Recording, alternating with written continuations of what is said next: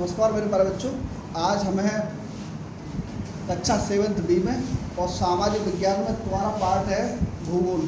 और भूगोल में हम लोग आज पढ़ाएंगे तुम्हें भारत का भूगोल, भारत के भूगोल में भारत का परिचय, introduction of India, introduction of geography, या ऐसे कह लो इंट्रोडक्शन ऑफ मैप कि मानचित्र में भारत कहाँ है, एशिया में भारत कहाँ है और विश्व के जो ग्लोब है उसमें भारत कहाँ है। ठीक, तो आपको पता है, हमने बताया था आपको कि भारत क्षेत्रफल में दुनिया में कौन से स्थान पर है, बताओ। क्षेत्रफल की दृष्टि से भारत कौन से स्थान पर है? 7वें स्थान पर। और जनसंख्या में हम लोग कौन से स्थान पर आ गए? पहले स्थान, फर्स्ट नंबर पर है भाई। चीन भले ही मेडल जो है ओलंपिक में, पैरालंपिक में ज़्यादा ले जाए, लेकिन जनसंख्या हमसे आगे अब नहीं निकल सकता। हम लोग यहाँ पर ठलुए रहते हैं और अपना जनसंख्या को बढ़ाते रहते हैं। तो जान दो इसके बाद अगला। तो अब हम सवाल आएगा कि क्षेत्रफल में भारत 7वें नंबर पर है, तो इससे पहले 6 देश और कौन कौन से हैं? इससे पहले और 6 देश और कौन से हैं? तो उसके एक तरह के बढ़िया बड़े क्यों खड़े? आर के क्यूबा आई, आर से रूस, के से कनाडा, सी से चाइना, यू से यूएसए, बी से ब्राजील और ए से ऑस्ट्रेलिया। और 7वें नंबर पर अपना देश है इंडिया, अपना प्यारा भारत देश इंडिया। हाँ, 7वें नंबर पर है। तो सबसे बड़ा देश कौन सा क्षेत्रफल में? रूस। दूसरे नंबर पे कनाडा, तीसरे पे चाइना, चौथे पर यूएसए, 5वें पर ब्राजील, 6ठे पर ऑस्ट्रेलिया और 7वें पर इंडिया। और हम लोग जो जनसंख्या में हैं वो कौन से स्थान पर है? पहले नंबर पे।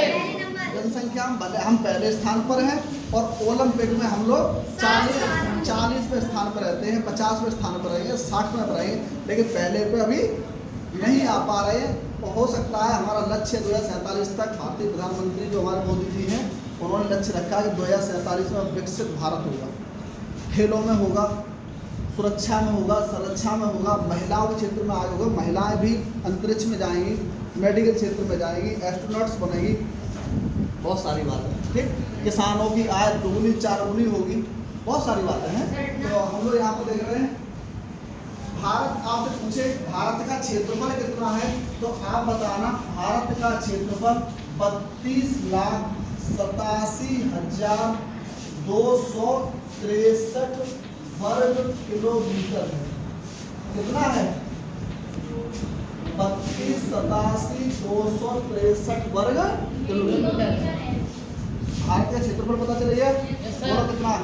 32 लाख। नहीं, ऐसा नहीं, भारत के क्षेत्र को बताना है तो हमारी तरफ मत बता दो 32,87,263, नहीं, कैसे बता? 32,87,263 वर्ग किलोमीटर भारत का क्षेत्रफल है।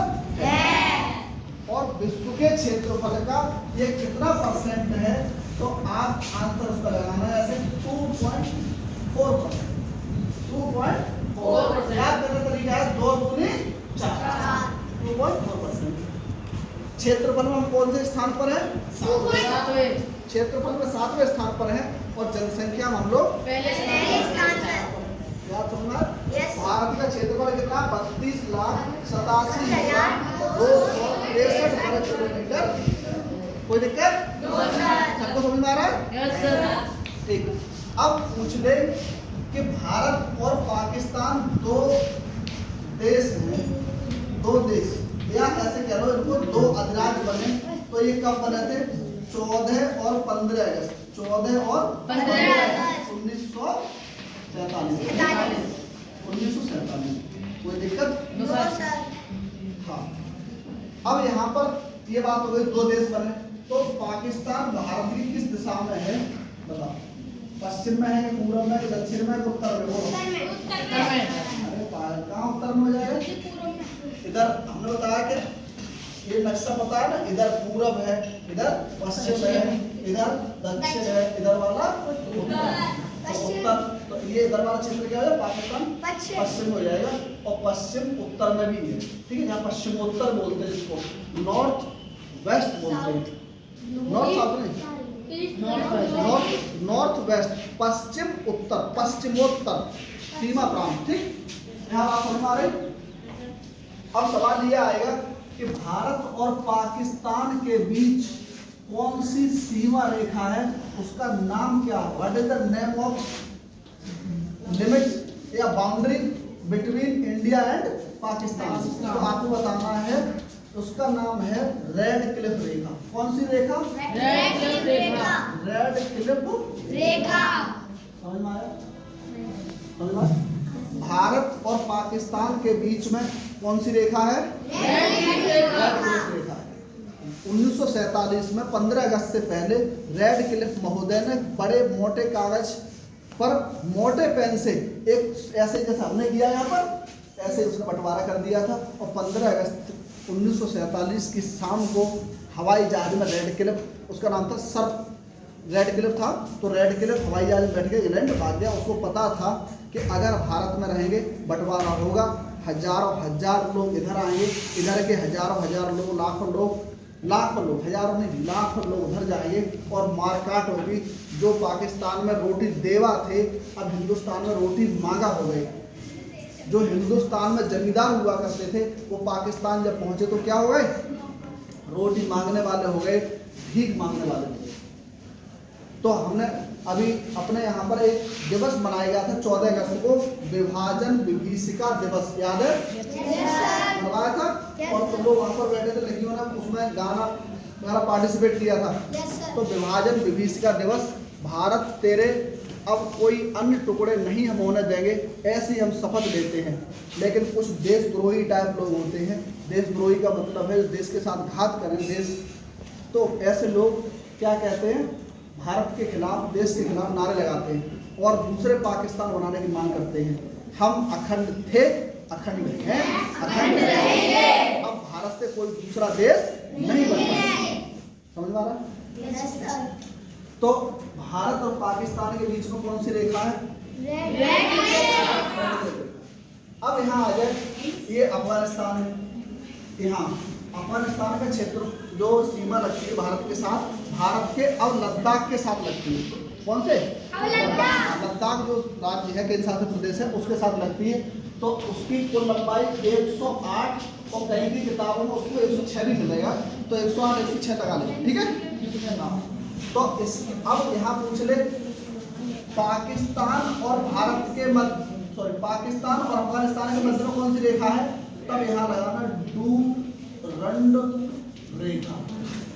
ये पाकिस्तान और अफगानिस्तान के बीच में, जब पाकिस्तान बटा नहीं था 1947 से पहले, तब भारत और अफगानिस्तान के बीच में हुआ करती थी।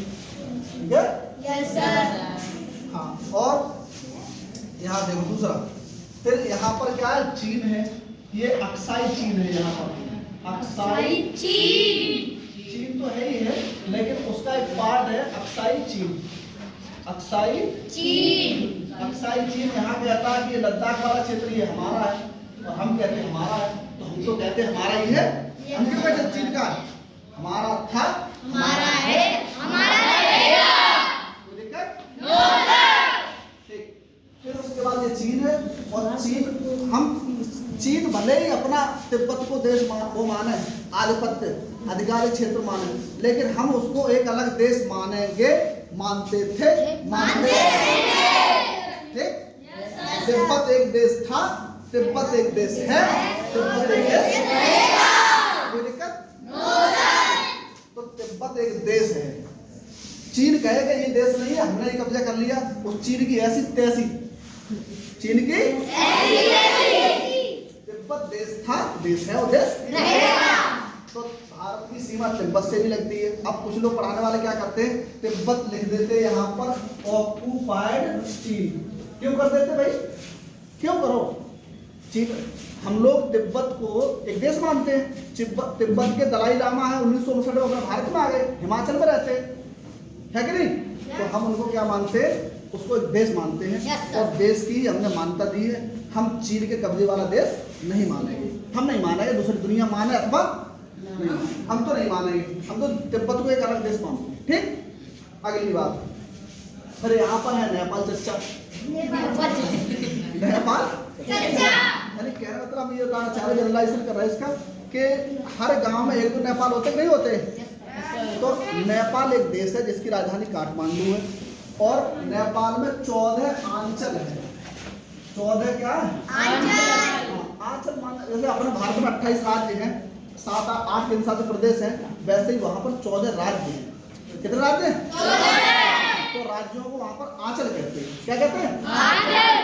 Very good. और मोस्टली भारत में प्रभावित होने वाली नदियाँ, लगभग बहुत सारी नदियाँ यहाँ पर तराई की, वो सब नेपाल से निकलती है। नेपाल में क्या है? हिमालय का विस्तार है, तीनों हिमालय श्रेणियों का विस्तार है, चाहे वो महान हिमालय हो, मध्य हिमालय हो या फिर वो शिवालिक हिमालय हो। कोई दिक्कत? और हिमालय की जो पार वाली चीज़ है उसको ट्रांस हिमालय कहते हैं।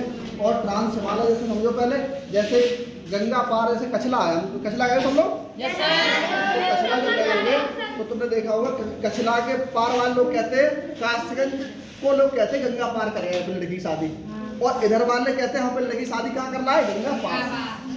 तो ट्रांस गंगा हमारे लिए वो और उनके लिए हम ट्रांस गंगा। ठीक, हाँ आगे यहाँ पर है ये सिक्किम, और सिक्किम की सीमा लगती है भूटान से लगती है, और चीन से लगती, तिब्बत से लगती है, और यहाँ पर नेपाल से लगती है। हमारे यहाँ लिखा है कौन? हाँ बात नहीं, तो यहाँ नेपाल से लगती है। अब यहीं पर है, यहाँ पर एक जगह है जिसको बोलते हैं डोकलाम विवाद। इसको ये ट्राई जंक्शन है, त्रिकोण है एक तरह से, और ट्राई जंक्शन है ये वाला। ये सिक्किम है, और सिक्किम में एक दर्रा है जिसका नाम है नाथुला दर्रा। कौन सा दर्रा? नाथुला दर्रा है सिक्किम में। कहाँ पर है? सिक्किम में। तो जैसे आप करो, जैसे गांव में किसी लड़ाई होती है तो क्या करना है? तेरो नाश हो जाए, नाश, हाँ नाश से कर लो। तो नाथुला दर्रा सिक्किम, नाथुला दर्रा सिक्किम, याद रहेगा? Yes sir. हाँ ठीक। फिर यहाँ पर ये आ जाता है अरुणाचल प्रदेश है ऊपर वाला। अरुणाचल प्रदेश भारत का सबसे पूर्वी क्षेत्र है जो 97 डिग्री 25 मिनट सबसे पूर्वी है, ईस्ट है, और ये देशांतर होगा उसका सबसे पूर्वी। और यहाँ पर ये 68 डिग्री 7 मिनट से ईस्ट से 57 डिग्री 25 मिनट तक है। सवाल आएगा कि 68 डिग्री 7 मिनट की देशांतर रेखा भारत के किस राज्य के समीप से गुजरती है? तो आप आंसर लगा देना, टिक लगा देना आप गुजरात से। सवाल ये पूछ ले कि 97 डिग्री 25 मिनट, कितने डिग्री? 97 डिग्री 25 मिनट की रेखा किस राज्य के समीप या सीमा बनाती है या गुजरती है? तो आप बता देना अरुणाचल प्रदेश। इसकी राजधानी है ईटा। बता लोगे? यानी अरुणा ने ईंटें खाई। अरुणा ने क्या खाई? तो अरुणाचल प्रदेश की राजधानी कहाँ? ईटा। याद हो गया? फिर यहाँ पर आ जाओ, मणिपुर, नागालैंड, मणिपुर, मिजोरम, त्रिपुरा। ये जो नॉर्थ ईस्ट के राज्य हैं उन्हें 7 सिस्टर्स, 7 बहनों, मोदी जी ने एक नाम इसका और रख दिया है जिसका नाम है अष्टलक्ष्मी। अष्टलक्ष्मी में इन्होंने सिक्किम को भी शामिल किया। पहले 7 बहनें थी, अभी 8 लक्ष्मी हो गई। अब बहन नहीं, लक्ष्मी हो गई, अष्टलक्ष्मी। मोदी ने क्या नाम दे दिया सिक्किम का? पहले 7 सिस्टर थी और मोदी ने कह दिया नहीं, अब इसमें सिक्किम भी शामिल होगा। और सिक्किम भारत का पहला राज्य है जो जैविक राज्य बना है, अर्थात जिसने अपनी यहाँ से यूरिया, DAP, फर्टिलाइजर्स को खत्म करके जैविक चीज़ों पर ध्यान दिया। जैविक चीज़ का मतलब जैसे गोबर की खाद, खेतों में हम लोग क्या डालते हैं? यूरिया, और वो डालता है गोबर की खाद, चाहे वो गाय का गोबर हो, चाहे भैंस का गोबर हो, चाहे अन्य चीज़ों को। जैसे हम लोगों के घर में जैसे सब्जियों की छिलका होता है, केला का छिलका है, तो उसको एक जगह डालते नहीं डालते? अपने यहाँ कठपुतली लगी थी, कार्यक्रम हुआ, उसमें आ नहीं था? हाँ, कठपुतली का सूखा कूड़ा किसमें डाला, गीला किसमें डाला, आया था? हाँ ठीक। अब ये कौन सी लक्ष्मी हो गई है? अष्टलक्ष्मी। कोई दिक्कत वैसे? और बीच में देश दिखाई दे रहा है, इसका नाम है भाई बांग्लादेश। क्या नाम है इसका? बांग्लादेश। इसकी राजधानी है ढाका। क्या राजधानी इसकी? ढाका। और आपने अभी कुछ दिन पहले देखा होगा बांग्लादेश में भयंकर वाले गृह युद्ध की स्थिति हो गई। वहाँ के लोग सड़कों पर उतर आए, लोकतंत्र की मांग करने लगे और शेख हसीना को पद से इस्तीफा देने के लिए उन्होंने मजबूर कर दिया और उन्हें देना पड़ा और देकर आकर अपने भारत में आ गई है, दिल्ली में है अभी। दुनिया भर के सभी देशों ने मना कर दिया कि शेख हसीना को हम अपने देश में परमिटेड नहीं करते हैं। भारत ने कहा आ जाओ बहन जी, कोई दिक्कत नहीं है, चावल मछली का पूरा इंतजाम है। और यहाँ पर आ गई और वहाँ के नालायक लोगों ने, बांग्लादेश के नालायक लोगों ने, कुत्ता कमीने टाइप लोगों ने क्या कर दिया, उनके प्रधानमंत्री आवास से सब चीज चोरी कर ले गए। आपने वीडियो देखा होगा, हमने पहले बहुत सारी बातें आपको बताई हैं कि वीडियो में क्या क्या दिखाया गया। उसमें देखा था आपने कि उनके घर से कोई ले गया, फ्रिज ले गया, कोई कूलर ले गया, कोई कुर्सी उठा ले गया और कोई बतख उठा ले गया उनके घर से, कोई साड़ी ले गया उनकी। तो ये बहुत सारी स्थिति, गंभीर स्थिति, चिंता का विषय है ये देश और दुनिया भर में कि चुने हुए जनप्रतिनिधियों को जनता अपने शक्ति प्रदर्शन के माध्यम से हटा देती है। ठीक, तो ये बांग्लादेश है। बांग्लादेश के अभी जो अंतरिम सरकार के सलाहकार हैं वो है मोहम्मद यूनुस, और मोहम्मद यूनुस को 2006 में अर्थशास्त्र का नोबेल मिला था। उन्होंने वहाँ पर एक बैंक की स्थापना की है जिसका नाम है बांग्लादेश ग्रामीण बैंक।